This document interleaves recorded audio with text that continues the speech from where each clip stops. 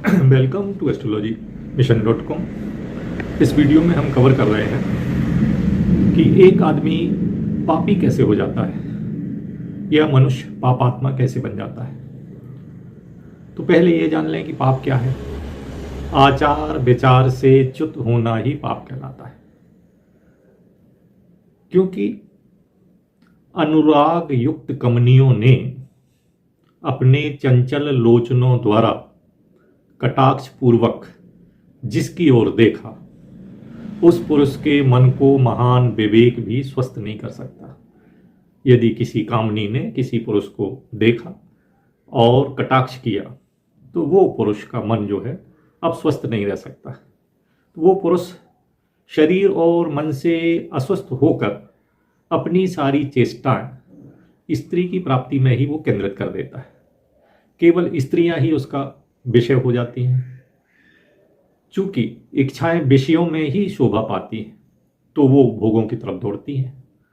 भोगों में सुख ढूंढता हुआ प्राणी लगातार पाप पर पाप करता जाता है। आइए अब हम समझते हैं कि मनुष्य पापात्मा कैसे हो जाता है। मनुष्य को शब्द, स्पर्श, रूप, रस, गंध 5 विषयों का अनुभव करने के लिए पहले इच्छा होती है। फिर उन विषयों में से किसी एक को पाकर उसके प्रति राग हो जाता है और उसे पाने का वो प्रयत्न करता है। फिर वो बड़े बड़े कार्यों का आरंभ भी करता है। वह अपने इच्छित रूप और गंध आदि का बार बार सेवन करता है या करना चाहता है।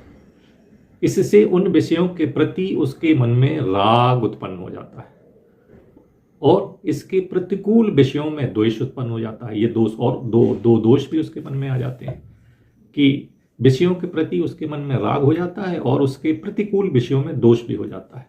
फिर अनुकूल विषयों के लिए लोभ हो जाता है और लोभ के बाद उसके मन में जो है मोह अधिकार जमा लेता है।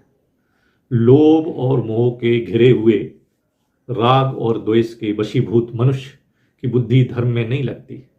वो किसी न किसी बहाने दिखाऊ धर्म का ही आचरण करता है, या वह मनुष्य बहाने लेकर ही धर्म का आचरण करता है। कपट से ही धन कमाने की रुचि रखता है और यदि धन कमाने में सफलता मिल गई तो वह उसी में सभी बुद्धि लगा देता है। फिर तो विद्वानों के मना करने पर भी वह केवल पाप ही करना चाहता है। मना करने वालों को धर्मशास्त्र के वाक्यों द्वारा प्रतिपादित न्याययुक्त उत्तर भी वो देता है। इस प्रकार मन, वाणी और कर्म से पाप ही करता है।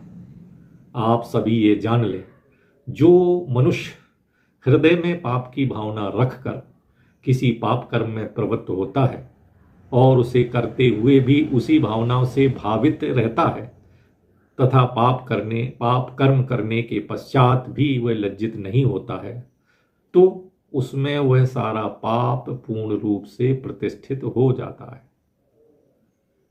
पहले पाप छुप कर किया जाता है, फिर पाप मजेदार लगता है, लेकिन करने के पहले वह हिचकिचाता है और फिर आसान हो जाता है। इसके बाद वो हर्षदायक हो जाता है, फिर वो बार बार किया जाता है, फिर उसकी जड़ें जम जाती हैं, फिर उसे आदतन किया जाता है। कहते हैं हमारी आदत पड़ गई और आदमी गुस्ताख हो जाता है। फिर वह हठी हो जाता है और फिर वह कभी न पछताने का निश्चय कर लेता है। और जब ऐसा करता है तो वह तबाह हो जाता है, वो बर्बाद हो जाता है, वो बेइंतहा पछताता भी है। क्योंकि गीता में कहा गया है, मनुष्य का कोई कर्म भले ही अज्ञानवश क्यों ना किया हो, निष्फल नहीं जा सकता।